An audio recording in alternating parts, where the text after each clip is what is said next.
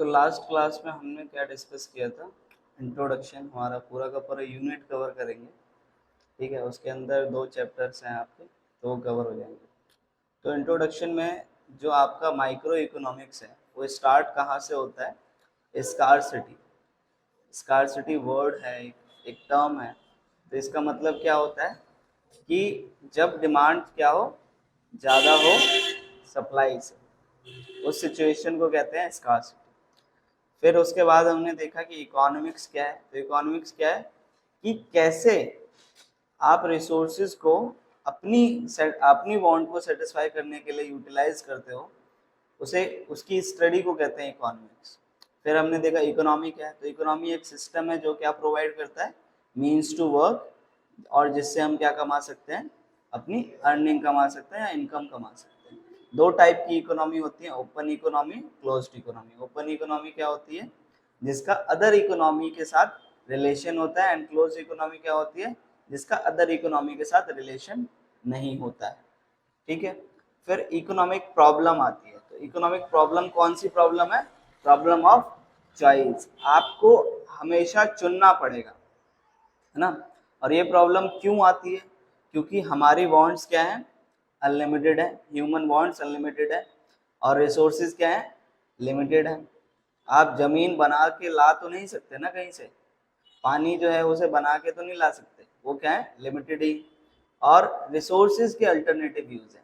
अब आप एक पीस ऑफ लैंड पे, जमीन पे कुछ भी कर सकते हो, बिल्डिंग बना लो, गार्डन बना लो, जंगल बना लो।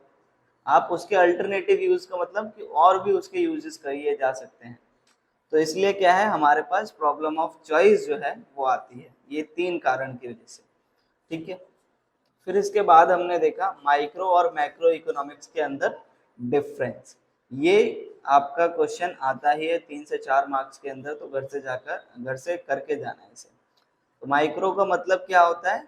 माइक्रो में आई आ रहा है, तो आई का मतलब क्या है? यहाँ पर हम इंडिविजुअल के साथ डील करते हैं, और मैक्रो के अंदर क्या करते हैं? पूरी की पूरी इकोनॉमी के साथ हम डील करते हैं, पूरी की पूरी इकोनॉमी के बारे में आप पढ़ते हैं।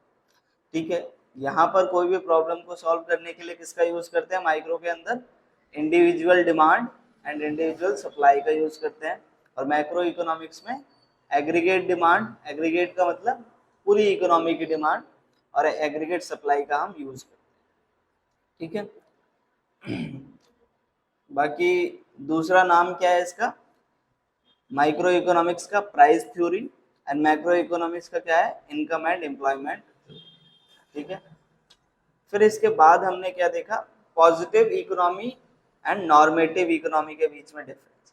पॉजिटिव का मतलब क्या? जो फैक्ट दिखाता है कि हाँ ये है। फॉर एग्जाम्पल के लिए, जैसे अभी मैंने कहा अभी इंडिया के अंदर अनएम्प्लॉयमेंट है, दैट इज अ फैक्ट। लेकिन नॉर्मेटिव इकोनॉमी क्या कहता है? कि कहता है कि इसका सजेशन है कि आप ये जजमेंट देख लो कि हाँ अगर अनएम्प्लॉयमेंट है तो गवर्नमेंट को कुछ स्टेप्स लेने चाहिए। तो ये क्या है? सजेशन दिया जा रहा है। तो पॉजिटिव इकोनॉमी फैक्ट पर डिपेंडेंट है, और नॉर्मेटिव इकोनॉमी क्या बताती है? ये सजेशंस बताती है कि ऐसा होना चाहिए। ठीक है। जस्ट ये बाकी के पॉइंट्स आप खुद रीड कर लेना। फिर इसके बाद आता है क्या? Centrally planned economy, market economy and mixed economy. Centrally planned economy को आप कंट्रोल्ड इकोनॉमी भी बोल सकते हैं, और मार्केट इकोनॉमी को फ्री इकोनॉमी भी बोल सकते हैं। सेंट्रली प्लान्ड इकोनॉमी का मतलब क्या है? कि ये वो इकोनॉमी होती है जो सरकार के द्वारा, गवर्नमेंट के द्वारा रन करी जाती है। ठीक है। जैसे कि नॉर्थ कोरिया वगैरह यहाँ पर है एग्जाम्पल। नॉर्थ कोरिया क्या है? वो प्रॉपर गवर्नमेंट के द्वारा रन किया जाता है। लेकिन मार्केट इकोनॉमी क्या है? वो ऐसी इकोनॉमी होती है जो किसके ऊपर डिपेंडेंट, जो प्राइवेट सेक्टर के द्वारा रन किया जाता है, जैसे कि अमेरिका। तो अमेरिका क्या है? मार्केट के ऊपर डिपेंडेंट है, वहां पर जो प्राइवेट सेक्टर है वो उसे रन करता है। ठीक है। फिर उसके बाद आता है मिक्स्ड इकोनॉमी। तो मिक्स्ड इकोनॉमी क्या है? जहां पर प्राइवेट सेक्टर और गवर्नमेंट दोनों के दोनों मिलकर किसी इकोनॉमी को रन करते हैं। एग्जाम्पल के लिए इंडिया, चाइना, यहाँ पर क्या है? प्राइवेट सेक्टर और गवर्नमेंट सेक्टर दोनों मिलकर इंडिया को रन करते हैं। ठीक है। तो ये डिटेल्स बाकी आप देख ले सकते हैं। फिर आता है capitalist economy and socialist economy. Capitalist economy का मतलब क्या? जहां पर कैपिटल या प्रॉफिट मेकिंग आपका मोटिव होता है। इस इकोनॉमी के अंदर आपका मोटिव क्या है कि हम पैसा कमाएंगे, प्रॉफिट कमाएंगे। लेकिन सोशलिस्ट या सोशल इकोनॉमी के अंदर क्या है, आपका मोटिव होता है कि हमें सोशल वेलफेयर करना है, लोगों का भला करना है। ठीक है। और यहाँ पर कैपिटलिस्ट इकोनॉमी में मालिकाना हक किसके पास होता है, प्राइवेट सेक्टर के पास। सोशल इकोनॉमी में किसके पास होता है, गवर्नमेंट के पास। ठीक है। अब इसके बाद आज का जो हमारा टॉपिक है वो यहाँ से शुरू होता है, central problem of an economy. यहाँ पर एन इकोनॉमी होना चाहिए या एनी इकोनॉमी भी बोल सकते हैं। Central problem of an economy, कि किसी इकोनॉमी की सेंट्रल प्रॉब्लम क्या है। सेंट्रल मतलब केंद्रीय, कि पूरी की पूरी इकोनॉमी की वो प्रॉब्लम है। ठीक है। तो ये जो टॉपिक है, इस टॉपिक में से यहाँ पर 3 प्रॉब्लम के बारे में हम देखेंगे। पहली प्रॉब्लम क्या है, व्हाट टू प्रोड्यूस। दूसरी प्रॉब्लम क्या है, हाउ टू प्रोड्यूस। एंड तीसरी प्रॉब्लम क्या है, फॉर whom टू प्रोड्यूस। ठीक है। तो सबसे पहले हम देखते हैं व्हाट टू प्रोड्यूस। तो व्हाट टू प्रोड्यूस में क्या प्रॉब्लम आपको देखने को आती है। अभी आपने प्रॉब्लम देखा कि हमेशा प्रॉब्लम ऑफ चॉइस ही आपको आएगी, तो इन तीनों में भी आपको चुनना पड़ेगा कि मैं क्या बनाऊं। जैसे फॉर व्हाट टू प्रोड्यूस में क्या है कि आपको यहाँ पर क्या करना पड़ेगा, चुनना पड़ेगा कि क्या बनाना है और कितनी क्वांटिटी में बनाना है, कितना बनाना है ना। तो यहाँ पर डिसाइड करना पड़ेगा, क्योंकि बहुत सारे ऑलरेडी गुड्स हैं। फॉर एग्जाम्पल के लिए आप एक प्रोड्यूसर हो, तो आपको क्या करना पड़ेगा, चूज करना पड़ेगा कि क्या बनाऊं और कितनी क्वांटिटी में बनाऊं। तो यहाँ पर प्रॉब्लम समझ में आई, व्हाट टू प्रोड्यूस में क्या प्रॉब्लम है। अब इसका सॉल्यूशन कैसे मिलेगा, तो इसका सॉल्यूशन है कि आप देखिए कि लोगों की डिमांड क्या है, लोगों को क्या चाहिए। यहाँ पर देखो, नीड ऑफ द पीपल हम देखेंगे, लोगों की जो जरूरत है उसके हिसाब से आप क्या करेंगे, रिसोर्सेज या जो भी प्रोडक्शन आप करेंगे। आप मान लो अपने आप को एक कंज्यूमर हो, अब आपको प्रॉफिट कमाना है, आपने कंपनी खोली है, बिजनेस अपना स्टार्ट किया है, तो आपको सबसे पहली प्रॉब्लम तो यही आएगी ना कि मैं क्या बनाऊं। तो इकोनॉमी के अंदर सरकार को भी यही प्रॉब्लम आती है कि मैं क्या बनाऊं और कितनी क्वांटिटी में बनाऊं। तो उसके लिए वो सरकार क्या देखती है कि हाँ, लोगों की डिमांड क्या है। अगर लोग डिमांड कर रहे हैं कि मेरे को क्या चाहिए, घर चाहिए, है ना, तो घर बना के दे देती है सरकार। अगर वो लोगों को चाहिए अनएम्प्लॉयमेंट, रोजगार चाहिए, तो रोजगार देती है। तो वो क्या करता है, डिपेंड करता है किस पर, लोगों की नीड पर डिपेंड करता है। तो सॉल्यूशन यहाँ पर क्या है, लोगों की नीड चेक करेंगे। ठीक है। तो यहाँ पर आपका एक तो प्रॉब्लम क्या आता है कि कंज्यूमर गुड्स बनाना चाहिए या फिर कैपिटल गुड्स बनाना चाहिए। कंज्यूमर गुड्स का मतलब क्या, जो आप कंज्यूम करते हो। कंज्यूमर गुड्स का सिंपल लैंग्वेज में डेफिनेशन क्या होती है, एक सुई से लेकर एक एरोप्लेन तक जो भी एक कंज्यूमर कंज्यूम कर सकता है उसको कहते हैं कंज्यूमर गुड्स। ठीक है। आप ये शर्ट पहनते हो, शर्ट क्या है, कंज्यूमर गुड्स है। आप सुबह सुबह क्या पीते हो, चाय पीते हो, दूध पीते हो, that is what, consumer good. लेकिन कैपिटल गुड्स क्या होते हैं, जिससे आप फर्दर प्रोडक्शन करते हो। फॉर एग्जाम्पल के लिए मशीन, मशीन क्या है आपका, फर्दर प्रोडक्शन में आपकी हेल्प करता है। ठीक है। तो यहाँ पर प्रॉब्लम यही आती है कि मैं कंज्यूमर गुड्स बनाऊं या फिर कैपिटल गुड्स बनाऊं, क्या बनाऊं। तो उसका सॉल्यूशन क्या है कि लोगों की नीड देखनी है। क्या देखना है, पहली प्रॉब्लम समझ में आ गई। तो ये जो क्वेश्चन है आपका कितने मार्क्स में पूछ लेगा, 3 मार्क्स के अंदर, 3 से 4 मार्क्स के अंदर सिर्फ एक प्रॉब्लम, तीनों में से कोई सा भी प्रॉब्लम आ सकता है। दूसरा प्रॉब्लम क्या है आपकी यहाँ पर, तो दूसरी प्रॉब्लम है, अब आपने ये तो डिसाइड कर लिया एज अ प्रोड्यूसर, आपने डिसाइड कर लिया कि चलो मेरे को क्या बनाना है, क्या बनाना है, कुछ भी बना लो। आपने कहा क्या बनाना है, चलो कंज्यूमर गुड्स में भी स्पेसिफाई करो क्या बनाना है। हाँ? चलो इस नमकीन को स्नैक्स बोल देते हैं। तो आपने कहा कि आपको चलो लेज मान लो, चिप्स ले लो, आपको बनाने हैं क्या, चिप्स का प्रोडक्शन करना। अब चिप्स कैसे बनाओगे, दूसरी समस्या क्या आती है कि कैसे बनाएं हम ठीक है, तो यहाँ पर भी क्या आ रही है, प्रॉब्लम ऑफ चॉइस आ रही है। अब बनाने के दो तरीके होते हैं आपके पास, एक तो है कैपिटल इंटेंसिव टेक्निक और दूसरा क्या है, labour intensive technique. Capital intensive technique का मतलब कि आप मशीन्स का यूज करो, किसका, मशीन का यूज कर रहे हो। और लेबर इंटेंसिव टेक्निक का मतलब क्या है कि आप लेबर का यूज कर रहे हो। कैपिटल लेबर का मतलब यहाँ पे लेबर का यूज कर रहे हो, कैपिटल इंटेंसिव का मतलब कैपिटल का यूज कर रहे हो। तो यहाँ पर सॉल्यूशन क्या है इस चीज का, यहाँ पर चॉइस करना है ना मेरे को, लेबर यूज करना है या मशीन यूज करना है। तो इसका सॉल्यूशन है, आप देखोगे आपको सस्ता कौन सा पड़ रहा है ना। अगर आपको लेबर सस्ता पड़ रहा है तो लेबर के साथ जाओ, अगर मशीन सस्ती पड़ रही है तो मशीन के साथ जाना। प्रॉब्लम समझ में आई, उसका सॉल्यूशन समझ में आया। अब अदर कंट्रीज में क्या होता है, अलग अलग कंट्रीज के अंदर, जैसे जापान है, तो जापान के अंदर क्या है, लेबर कम है, तो वो किसका यूज करते हैं, कैपिटल इंटेंसिव टेक्निक का यूज करते हैं। लेकिन चाइना की पॉपुलेशन ज्यादा है, तो वहां पर क्या करते हैं, लेबर सस्ती मिलती है, लेबर सस्ती मिल रही है, तो वहां पर लेबर इंटेंसिव टेक्निक का यूज करते हैं। लेकिन इंडिया के अंदर भी क्या है, मशीन को यूज करने के लिए लेबर चाहिए, बट वहां पर वैसे तो लेबर चाहिए ही चाहिए, बट क्या है कि पूरी की पूरी लेबर पे ही आप डिपेंडेंट हो, वो बात कर रहे हैं, है ना। तो इसका यहाँ पर ये समझ में आया कि कैसे हम देखेंगे, जो चीज आपको सस्ता पड़ रहा हो, ज्यादा इफेक्टिव टेक्निक हो आपके लिए, उस टेक्निक का आप यूज करें, ठीक है। फिर इसके बाद तीसरी समस्या आपकी आती है कि भैया मैंने ये भी देख लिया कि बनाना क्या है, कितनी मात्रा में बनाना है, कैसे बनाना है, किस टेक्निक का यूज करके बनाना है। अब आता है कि किसके लिए बनाना है, फॉर होम टू प्रोड्यूस।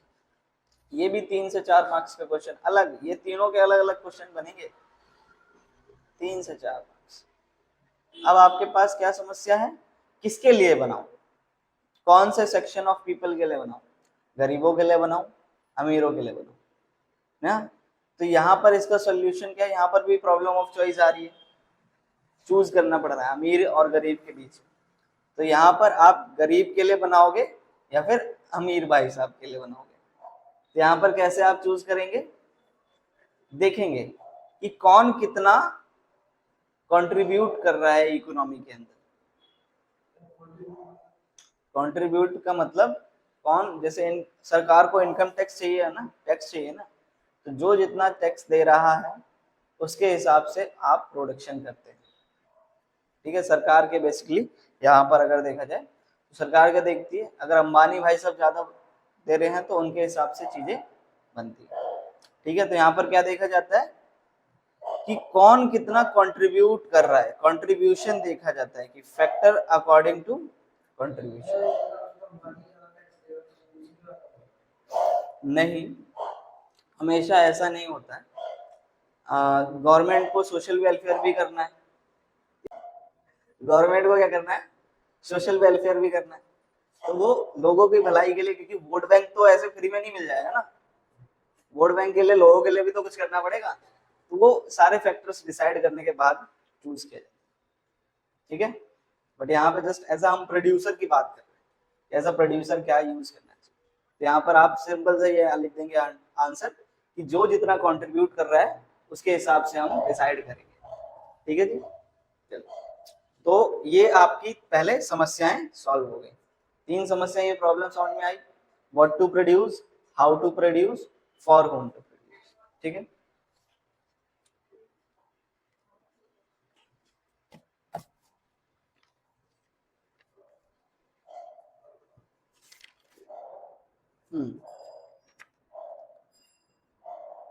अब इसके बाद अब अगला जो टॉपिक आपका आता है, प्रोडक्शन पॉसिबिलिटी कर्व। क्या है, प्रोडक्शन पॉसिबिलिटी कर्व, या फिर आप इसे प्रोडक्शन पॉसिबिलिटी फ्रंटायर भी बोल सकते हैं, या फिर ट्रांसफॉर्मेशन कर्व भी बोल सकते हैं। तो इसमें से इस टॉपिक के अंदर में से यही शॉर्ट आपका क्वेश्चन आता है, तो आपको क्या करना है, इसको 100% घर से करके जाना है, ठीक है। चलिए, तो इसको समझते हैं कि ये होता क्या है। तो पीपीसी की अगर बात करें तो पीपीसी क्या है, पीपीसी एक कर्व है, प्रोडक्शन पॉसिबिलिटी एक कर्व होता है जो कि क्या दिखाता है, किसी भी दो गुड्स के पॉसिबल कॉम्बिनेशंस को शो करता है। अभी हम एग्जांपल से समझेंगे कैसे। तो ये क्या करता है, प्रोडक्शन पॉसिबिलिटी क्या है, एक कर्व है। प्रोडक्शन पॉसिबिलिटी क्या है, एक कर्व है जो कि क्या दिखाता है, किसी भी दो गुड्स के, इसके दो गुड्स के कॉम्बिनेशन, पॉसिबल कॉम्बिनेशन बनाए जा सकते हैं किसके साथ, गिवन रिसोर्सेज एंड टेक्नोलॉजी के साथ। नहीं अभी समझ में आएगा। अब इसके लिए हम चलो कुछ एजम्पशंस लेके चलते हैं। यहाँ पर हम एजम्पशन क्या लेके चल रहे हैं कि हमारे पास जो रिसोर्सेज रहेंगे वो क्या रहेंगे, फिक्स रहेंगे, वो चेंजेस नहीं होगा उसके अंदर। और हमने क्या एजम्पशन लिया कि हमारी जो टेक्नोलॉजी है वो क्या रहेगी, सेम रहेगी, ठीक है, उसमें कोई भी चेंज नहीं होने वाला है। और रिसोर्सेज क्या है, हम रिसोर्सेज को पूरी तरीके से यूटिलाइज करेंगे। ऐसा नहीं है कि अगर मेरे पास 10 रुपए पड़े हुए हैं तो मैं सिर्फ 5 रुपए यूज कर रहा हूँ, आप क्या करेंगे 10 के 10 रुपए यूज करेंगे। और क्या है, resources are not equally efficient, तो इसको ऐसे समझते हैं, कुशल, कुशलता नहीं है। जैसे यहाँ पर देखो कि मैंने कहा दो रिसोर्स है मेरे पास, एक है बंदा जो कि क्या बनाता है, मोमो बनाने में एक्सपर्ट है, और दूसरा बंदा क्या है, पिज्जा बनाने में एक्सपर्ट है, ठीक है। तो अगर मैं बोलूं पिज्जा बनाने वाले को, ये मतलब बंदा जो है पिज्जा ही में एक्सपर्ट, ये बंदा क्या है, पिज्जा बनाने में ही एक्सपर्ट है, लेकिन ये वाला बंदा क्या, मोमो बनाने में एक्सपर्ट है, ठीक है। तो अगर मैं इसको बोलूं कि तू बना क्या, पिज्जा, ठीक है, मोमो बनाने वाले को मैंने ए नाम दे दिया और इसको मैंने नाम दे दिया बी।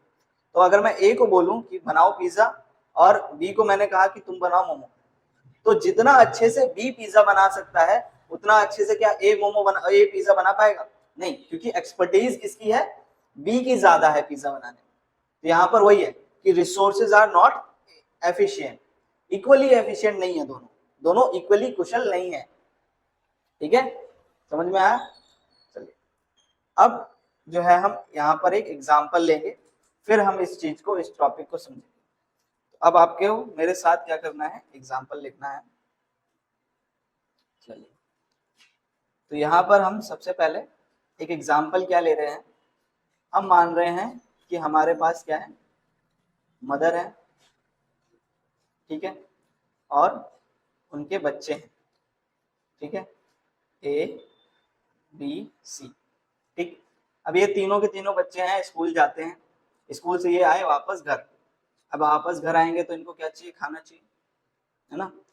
तो मदर कह रही है बच्चों बताओ आपके लिए क्या बनाया जाए, ठीक है। तो चलो दो बच्चे ले लेते हैं, तीन नहीं लेते हैं, ए और बी लेते हैं। तो ए ने कहा कि मेरे को चाहिए क्या, बर्गर, मेरे को चाहिए बर्गर, और बी ने कहा मेरे को चाहिए पिज्जा। समझ में आ रहा है यहाँ पर कि इसको, इसने कहा कि मेरे को बर्गर चाहिए और इसने कहा मेरे को चाहिए पिज्जा। तो अब मदर क्या करेगी, मदर के पास रिसोर्सेज क्या है, मदर के पास दोनों रिसोर्सेज है, पिज्जा का भी रिसोर्स है, रिसोर्सेज, और बर्गर का भी रिसोर्सेज है, ठीक है। तो अब मदर कह रही है चलो मैं दोनों चीजें बनाती हूँ, है ना, मदर क्या कह रही है, दोनों चीजें बनाते हैं। तो उसको अब हम एक डायग्राम से समझते हैं कि कैसे बनेगा। चलिए तो यहाँ पर आप डायग्राम बनाएंगे मेरे साथ साथ।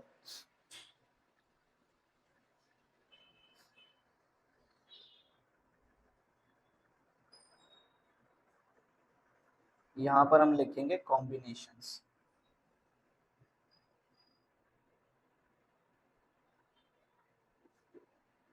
यहाँ पर हमने लिखा बर्गर,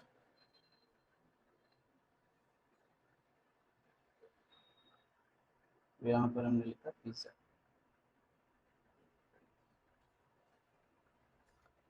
ठीक है। अब मदर के पास रिसोर्सेज हैं, तो हमने अभी क्या देखा, पीपीसी क्या करता है, पीपीसी दिखाता है कि दो गुड्स के कितने पॉसिबल कॉम्बिनेशंस हम प्रोड्यूस कर सकते हैं, कितने बना सकते हैं। तो यहाँ पर देखो हमारे पास दो गुड्स हैं, एक क्या है, बर्गर है, और दूसरा क्या है, पिज्जा है, दो गुड्स है। अब मान लो मदर के पास जितने रिसोर्सेज हैं, जो टेक्निक है उसके हिसाब से, अगर मैं बोलूं पहले 0 बर्गर बनाया जा रहा है, तो पिज्जा कितने बन सकते हैं, मैंने कहा 15। ठीक है, कितने पिज्जा बन सकते हैं, 15। तो ये कॉम्बिनेशन ए हो गया। कॉम्बिनेशन नंबर बी देखिए कि अगर एक बर्गर बनाया जाए तो पिज्जा कितने बन सकते हैं, 13। कितने बन सकते हैं, 13। दिस इज, ये क्या है, दूसरा कॉम्बिनेशन। तीसरा कॉम्बिनेशन क्या है कि अगर मैं बर्गर दो बनाऊं, मदर क्या कर रही है, 2 बर्गर बना रही है, तो पिज्जा कितने बन जाएंगे, हमने कहा 11। कोई प्रॉब्लम यहां तक समझ में आ रहा है। तीसरा कॉम्बिनेशन हो गया। चौथा कॉम्बिनेशन देखिए, चौथा कॉम्बिनेशन क्या है कि अगर बर्गर बन रहे हैं कितने, 3, तो पिज्जा कितने बनेंगे। ठीक है, और कॉम्बिनेशन देखो, ई कॉम्बिनेशन, अगर क्या बन रहे हैं, बर्गर 4 बन रहे हैं, पिज्जा कितने बनेंगे, 7 ले लो। ठीक है, फिर अगला कॉम्बिनेशन क्या ले लो, चलो इसको हम ले लेते हैं 5। अगला कॉम्बिनेशन हमने क्या लिया, एफ। तो अगर 5 बर्गर बन रहे हैं तो पिज्जा कितने बनेंगे, 0। तो हमारे पास जो रिसोर्सेज हैं किचन के अंदर, उसके हिसाब से ये पॉसिबल कॉम्बिनेशंस हमारे बन सकते हैं। पहले इतना समझ में आ रहा है कि ये कॉम्बिनेशन बनेंगे हमारे, A combination, B combination, C combination, ये आपने ऑलरेडी। अब जो है इसको हम किस पे दिखाएंगे, इसको हम दिखाएंगे ग्राफ के ऊपर। आपने कोऑर्डिनेट ज्योमेट्री में ये चीज सीखी होगी। तो इसका ग्राफ कैसे बनेगा देखो, आइए जरा।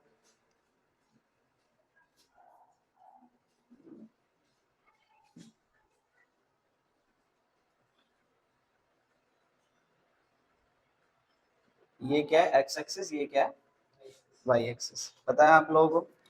यहाँ पर सबसे पहले हमने 0 बनाया, तो यहाँ पर हम लिख रहे हैं बर्गर, कि जो भी बर्गर की क्वांटिटी होगी वो हम यहाँ पर डालेंगे, और यहाँ पर क्या डालेंगे, पिज्जा। बर्गर तो चलो 1 से लेकर 5 है, तो हमने कहा 1 2 3 4 5 एंड 6।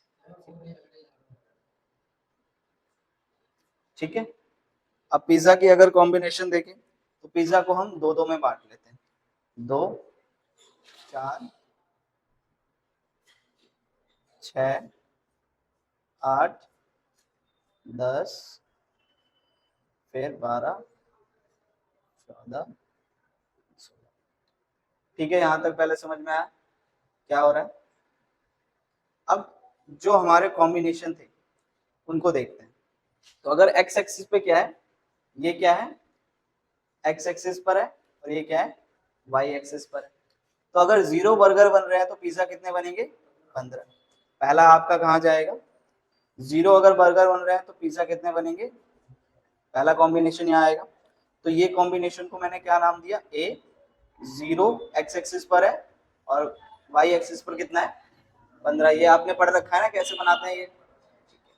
दूसरा कॉम्बिनेशन आपका, 1 बर्गर 13 पिज्जा। तो आ जाइए, 1 बर्गर और 13 पिज्जा। 13 पिज्जा कहाँ पे आएगा, यहाँ से आप थोड़ा चलेंगे ऊपर, ऊपर गए, यहाँ पर आएगा। तो इस कॉम्बिनेशन को मैं नाम क्या दे रहा हूँ, बी कॉम्बिनेशन, 1 और 13। ठीक है, अगला कॉम्बिनेशन देखिए। अगला कॉम्बिनेशन क्या है, 2 बर्गर बन रहे हैं और पिज्जा कितने बन रहे हैं, 11 बन रहे हैं। अगला कॉम्बिनेशन 2 बर्गर और दूसरा है ना, यहाँ पर आपका आएगा 11। तो ये आपका आ गया यहाँ पर 11। ठीक है, अब आगे देखिए जरा, अगला कॉम्बिनेशन क्या है, सी कॉम्बिनेशन में आपका है 2 बर्गर और 11 पिज्जा।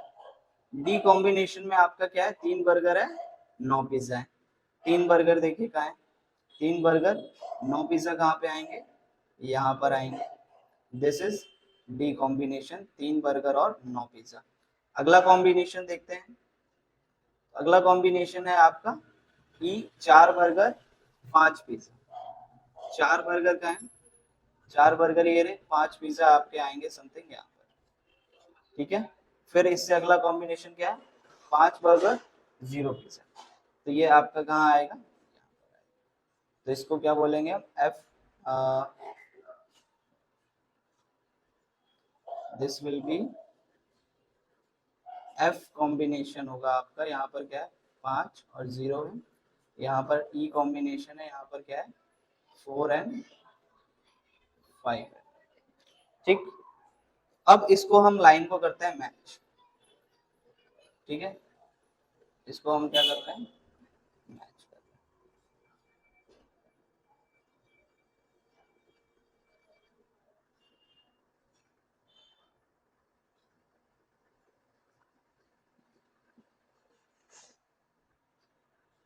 ये फ्री हैंड आपको ग्राफ बनाना है, तो ग्राफ आपका समथिंग कुछ इस टाइप से बनेगा।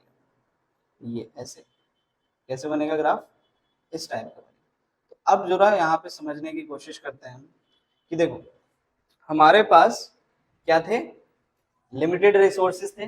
मदर के पास किचन के अंदर क्या है लिमिटेड रिसोर्सेज है, टेक्निक भी क्या है लिमिटेड है। तो उससे हमने क्या किया, ये कॉम्बिनेशंस हम बना सकते थे, तो ये कॉम्बिनेशंस हमने बनाए। ठीक है, तो ये क्या है पीपीसी है। पीपीसी ये जो लाइन है ना, दिस लाइन, ये क्या है पीपीसी की लाइन। क्योंकि ये जो कर्व है ये क्या है कर्व है, ये कर्व क्या दिखा रहा है कि कितने possible combination, A combination, B combination, C combination, दो गुड्स के आप बना सकते हैं गिवन रिसोर्सेज और टेक्निक के साथ। तो इस लाइन को क्या कहते हैं हम पीपीसी। तो पहले पीपीसी समझ में आया क्या है, ये लाइन है पीपीसी। अब जरा फॉर एग्जांपल के लिए आइए, तो यहां पर अगर मैं देखूं, मैंने क्या कहा A B C D E and F, ये सारे कॉम्बिनेशंस के अंदर हम क्या कर रहे हैं रिसोर्सेज का फुल यूटिलाइजेशन कर रहे हैं। Full utilization of resources. ठीक है, यहाँ पर क्या हो रहा है जितने भी रिसोर्सेज थे हमारे किचन के अंदर हमने सारे के सारे यूज कर लिए। लेकिन अगर मान लीजिए मैंने कोई पॉइंट इसके कर्व के अंदर ले लिया, इसको मैंने नाम दिया एच, और इसको मैंने कह दिया 1 और से मान लो 4, चलो ठीक है। और एक कॉम्बिनेशन मैंने लिया यहाँ पर, तो इसको मैंने क्या कहा 3 and 2, इसको मैंने कहा जी कॉम्बिनेशन। ठीक है, और एक कॉम्बिनेशन मैंने यहाँ पर ले लिया, चलो बाहर, इसको मैंने नाम दे दिया क्या इसको नाम दिया मैंने A B C D E F G, चलो पी ले लो, इसको मैंने 5 और 16 बोल दिया। ठीक है, ये कॉम्बिनेशन। अब अगर कोई भी कॉम्बिनेशन आपका पीपीसी से क्या है बाहर है, क्या है पीपीसी से बाहर है, तो पीपीसी के अंदर है, तो यहाँ पर क्या किया है कि ये कॉम्बिनेशन आपने बनाया है, लेकिन इस कॉम्बिनेशन के अंदर आप क्या कर रहे हैं अंडर यूटिलाइजेशन कर रहे हैं। रिसोर्स क्या है पूरी तरीके से आप यूज नहीं कर रहे हैं। बोर लग रहा है क्या, लग रहा है शायद। Utilization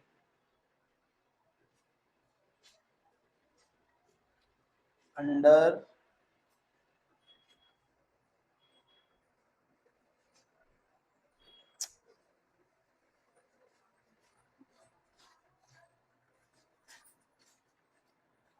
under utilization of resources.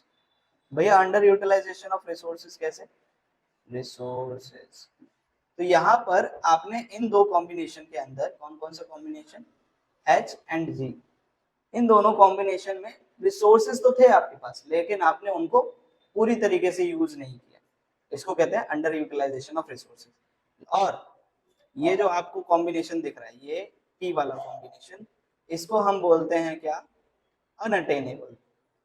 क्या कहते हैं अनअटेनेबल। इसको हम जो रिसोर्सेज हमारे पास गिवन है उसके थ्रू इतना कॉम्बिनेशन हम बना ही नहीं सकते।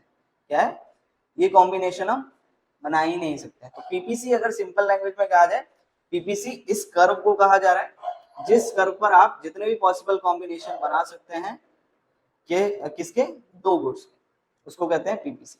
ठीक है, अब थोड़ा सा और हम बात लिख लेते हैं, फिर उसके बाद हम इसको खत्म करेंगे।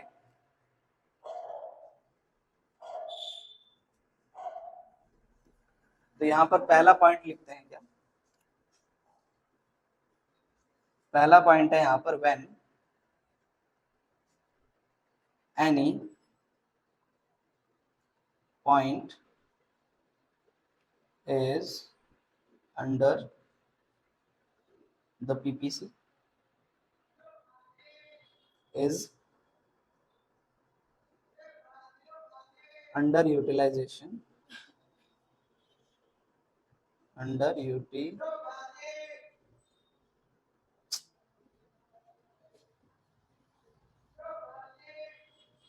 Utilisation of resources. तो वही पॉइंट अभी जो मैंने बताया कि अगर कोई भी पीपीसी के अंदर पॉइंट है तो उसका मतलब क्या है कि हमने रिसोर्सेज का फुल्ली यूटिलाइजेशन नहीं किया। दूसरा पॉइंट क्या है, व्हेन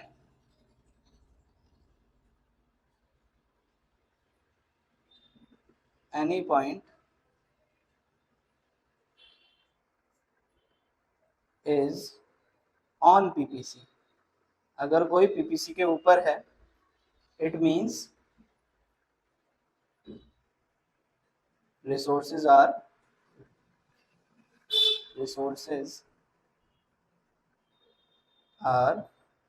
fully utilized। इसका मतलब क्या है कि हमने रिसोर्सेज को पूरी तरीके से यूटिलाइज कर रखा है। तीसरा पॉइंट क्या है, अगर when any point is outside of PPC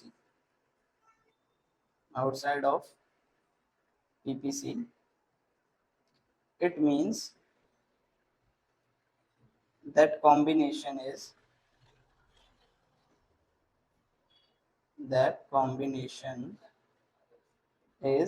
unattainable, उसको हम अटेन ही नहीं कर सकते। तो ये आपने कुछ पॉइंट्स यहाँ पर, अनअटेनेबल और क्या, फुल्ली यूटिलाइजेशन और क्या है, अंडर यूटिलाइजेशन ऑफ रिसोर्सेज। ठीक है, तो पीपीसी के अंदर यहाँ पर तीन बातें होती हैं। ठीक है, पीपीसी समझ में आया क्या है? पीपीसी एक कर्व है। कौन सा कर्व? ये वाला कर्व, ये जो ग्रीन कलर का कर्व आपको दिख रहा है, ये पीपीसी क्या करता है, ये दिखाता है कि दो गुड्स के कितने पॉसिबल कॉम्बिनेशंस हो सकते हैं। ठीक है, अभी तक समझ में आया है या कुछ समझ में नहीं आया? खत्म करते हैं यहाँ पर, बाकी का आगे देखेंगे।